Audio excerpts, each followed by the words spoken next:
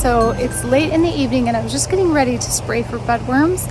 I talked about it in a previous video when I talked about my flower care, but I wanted to just do a quick little video to show you guys the process of how I do it and how much I spray them and how much I add to my container. So I'm going to take you along with me. Okay, welcome to my messy garage. That's okay, it's real life. This is what I use to spray the budworms. So I do this to prevent them. You can just do this as you see them. Oh, hey Piper.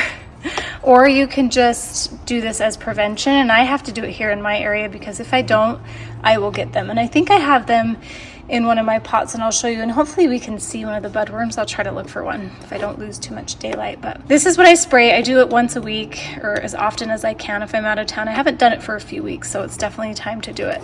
So I just wrote on the side here how much to put per gallon. Last time I did my yard, my flowers are a lot bigger now. I did like a half gallon, so this time I'll probably do like 3/4 a gallon to get through all my petunias. They're pretty big. Actually, I'm just gonna do a gallon. I think that will be. So I'll put 4 teaspoons in and then fill this up to the gallon mark. This is the sprayer I use. It's just a pressure pump sprayer. And the gallon mark's like right here. So I'm gonna do that now.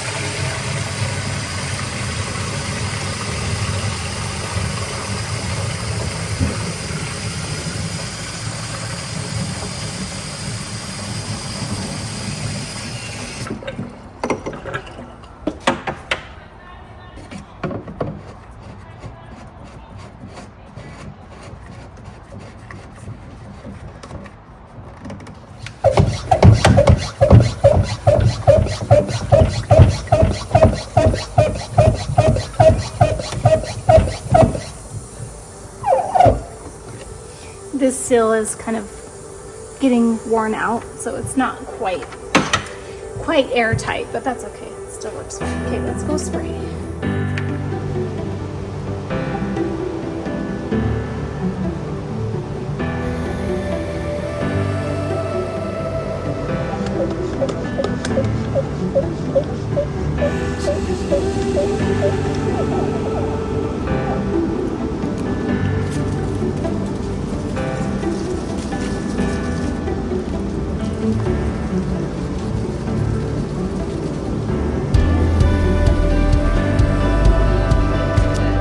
Pretty much have budworms. I could be wrong though, because we do have 2 grasshoppers that live in here, but you can see this tulip right here is totally munched on. It's just got a little bit left. That's usually this might be grasshoppers, but anyway, I'm gonna come in here and spray this, and I get it pretty saturated. I just cut this back, so it's not super full of flowers right now, but it will flush back. But I mainly just get the petunias, and you want to soak them pretty good, even the underside of them. These are looking a little sad. I might have to give them a shot of food again. Okay, Paige is going to be my little videographer. Okay.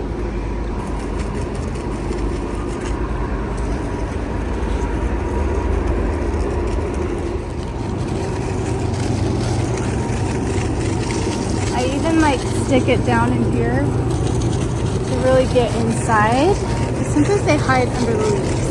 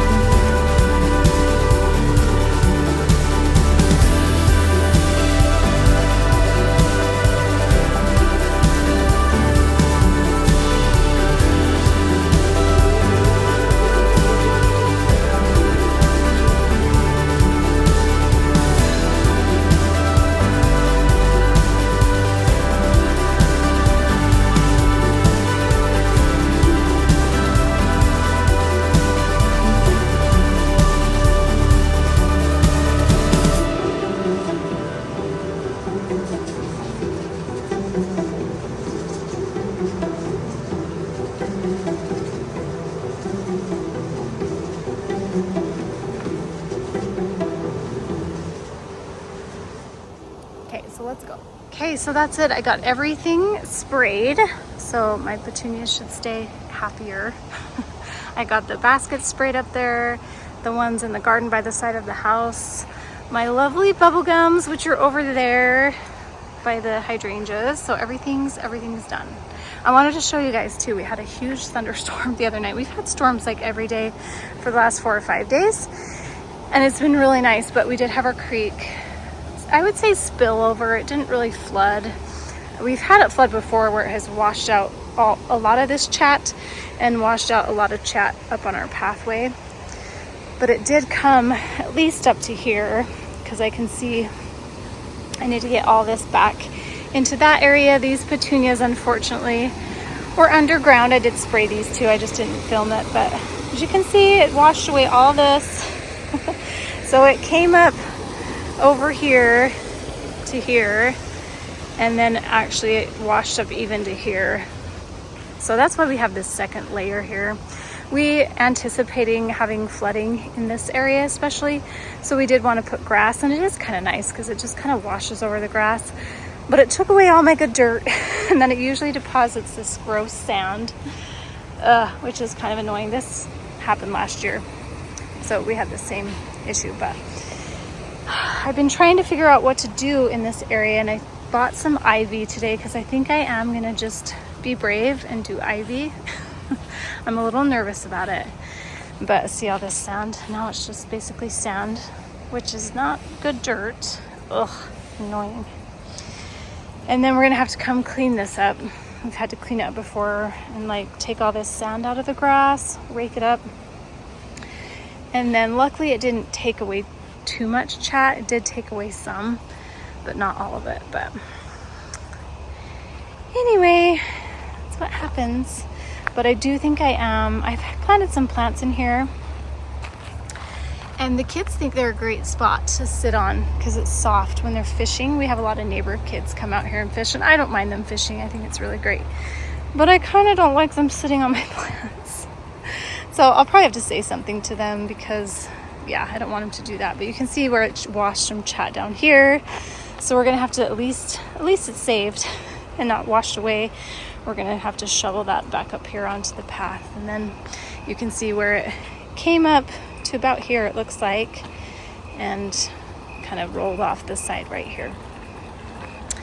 So yeah, that was fun. I came out here about midnight because I thought that creek really sounds like it's moving pretty good, and sure enough. But that's why we have this here, and that's why I wasn't quite sure what to plant down here because the ground's not that great. But so in a video soon, I'm going to come in here and plant ivy. I think that's going to be the best thing. It's going to look lush and green, and it's going to fill in nice, and it's going to hold the dirt and probably hold these supportive rocks back for this trim, for this edging. And hopefully I won't be fighting ivy. We'll see.